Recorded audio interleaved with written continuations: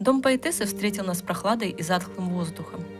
Сквозь цветастые шторы проникали последние оранжевые лучи солнца, скользя по пестрой гостиной и по лицам, оставленных в доме игрушек. Теперь некому будет позаботиться о них и защитить от вандалов, иногда захаживающих в пустующий дом.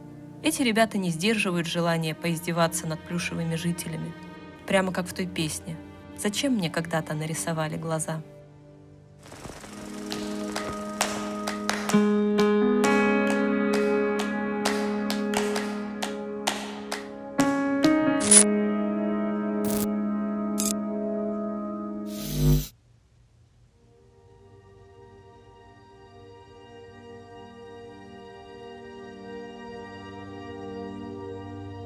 Привет, друзья! С вами Ксения Хаунд и проект Follow the Ghosts. Сегодня я хочу рассказать вам историю, которая очень меня тронула. Потому что на этот раз я не просто нашла историю человека, жившего в заброшенном доме, но я как бы заглянула ему в душу, прочитав и переведя для вас его стихи. Мы перенесемся во Францию, в дом, в котором доживала свои годы талантливая поэтесса. Сразу скажу, что это место мы с Вадимом снимали 2 раза, с перерывом в 1 год. И, как вы заметите на некоторых кадрах, многие из вещей поменяли свои места. К сожалению, этот последний год был довольно тяжелым для дома, потому что он стал еще стремительнее разрушаться, и про него прознало довольно много местных вандалов и воришек. И так как в первый наш визит мы не успели его нормально заснять, мы приехали слишком поздно, уже было темно, а во второй мы уже снимали то, что осталось. А история про посещение дома будет с нашего 1-го раза, потому что она принесла больше всего эмоций. Итак, поехали!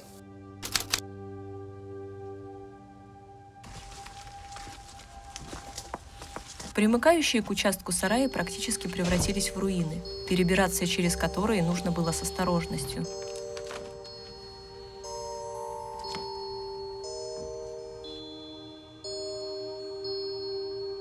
Сад зарос кустами ежевики, но народная тропа здесь все-таки сохранилась.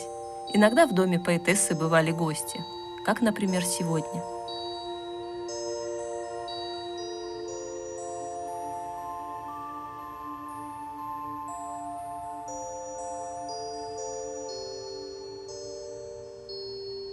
Хоть коридор и лестница были завалены вещами, гостиная и обеденная комната все еще оставались в хорошем состоянии, наполненные предметами, расставленными здесь еще самой хозяйкой. На стене висели выцветшие и отсыревшие портреты и фотографии. Некоторые стояли на комоде в рамках, а некоторые уже валялись на полу.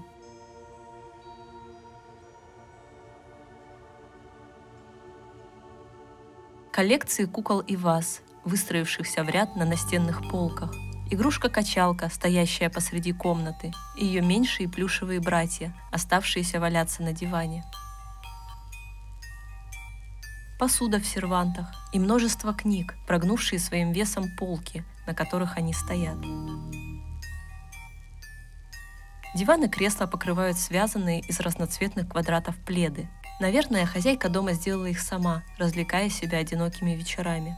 Получилось очень красиво.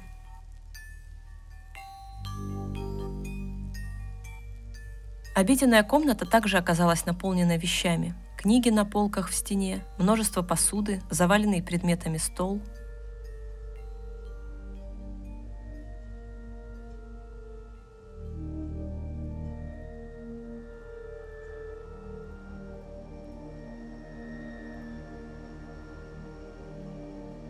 На полу кто-то раскидал написанные женщиной и распечатанные на принтере стихи. Для чего?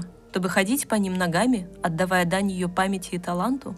Или выронил их случайно, копаясь в шкафах, и не удосужился поднять? Рядом с кухней была еще одна комната, но здесь зачем-то перевернули все вверх дном.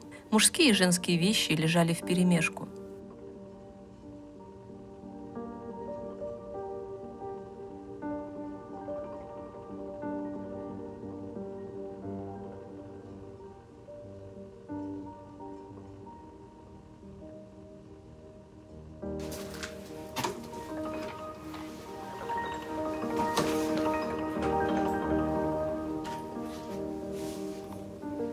Ступени лестницы, ведущей на 2-й этаж, неприятно скрипели, когда мы на них наступали, и предательски прогибались.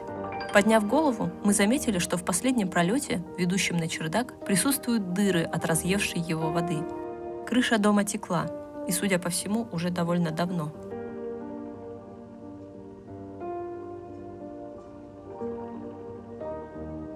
На втором этаже оказались 2 спальни и расположенная между ними ванная комната.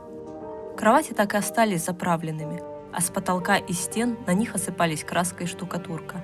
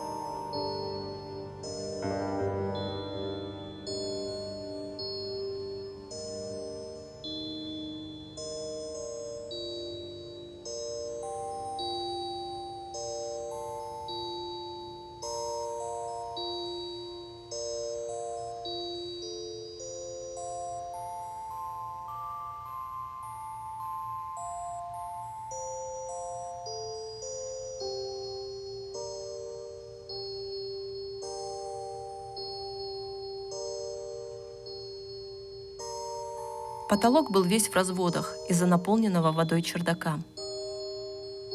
На сам чердак мы уже не поднимались, только глянули с лестницы, увидев там множество наваленных вещей. И поспешили оставить дом, начавший погружаться в сумерки из-за окончательно скрывшегося за горизонтом солнца.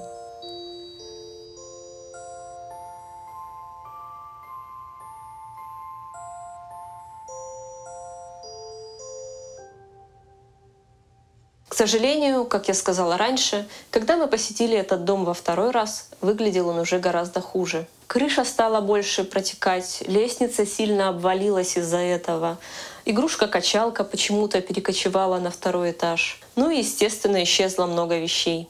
Такая вот реальность у заброшенных мест. Что ж, теперь пришло самое время узнать историю жившего здесь человека. И эту часть я как раз-таки проиллюстрирую в видео с нашего второго визита. Она была дочкой военного, от которого ей достался сильный характер, хоть на людях она не часто его показывала. Найдутся даже те, кто скажет, что она была кроткой и стеснительной, не переводила на себя все внимание во время дружеских посиделок, хотя ей было чем заинтересовать. Приходилось уговаривать прочитать ее что-нибудь из своих новых произведений, ведь она была талантливой поэтессой, слушать которую доставляло большое удовольствие. Ее характер особенно сыграл ей на руку в старости.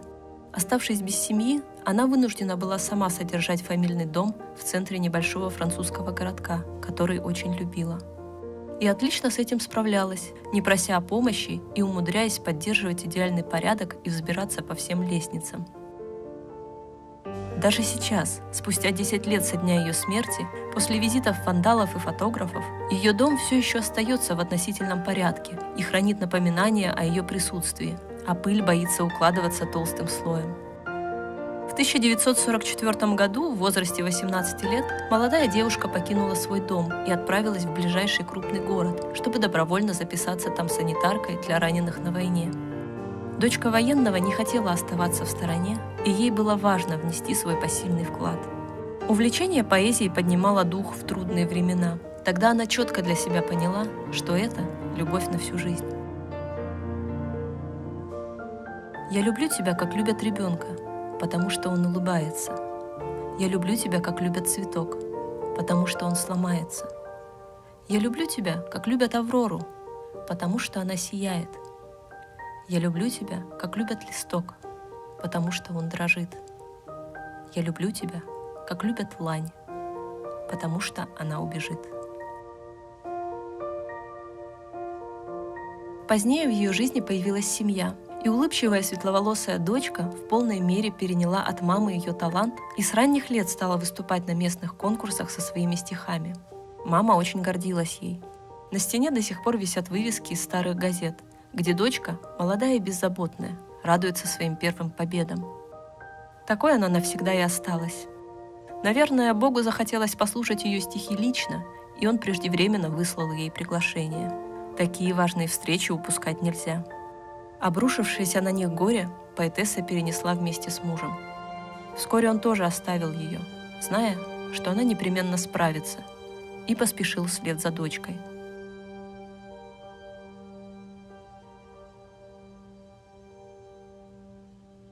И она справилась.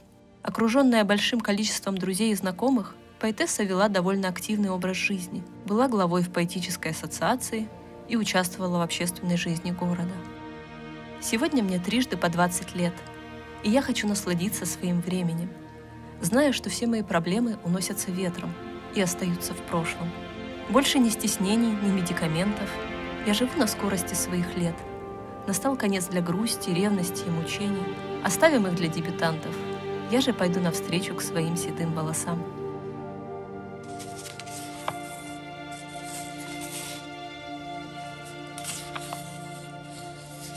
Когда она умерла, город взял на себя обязательство организовать ее похороны, ведь никаких родственников у женщины не осталось. Бывшие сослуживцы настояли на похоронах с воинскими почестями, а позже создали военно-историческую ассоциацию, получившую ее имя.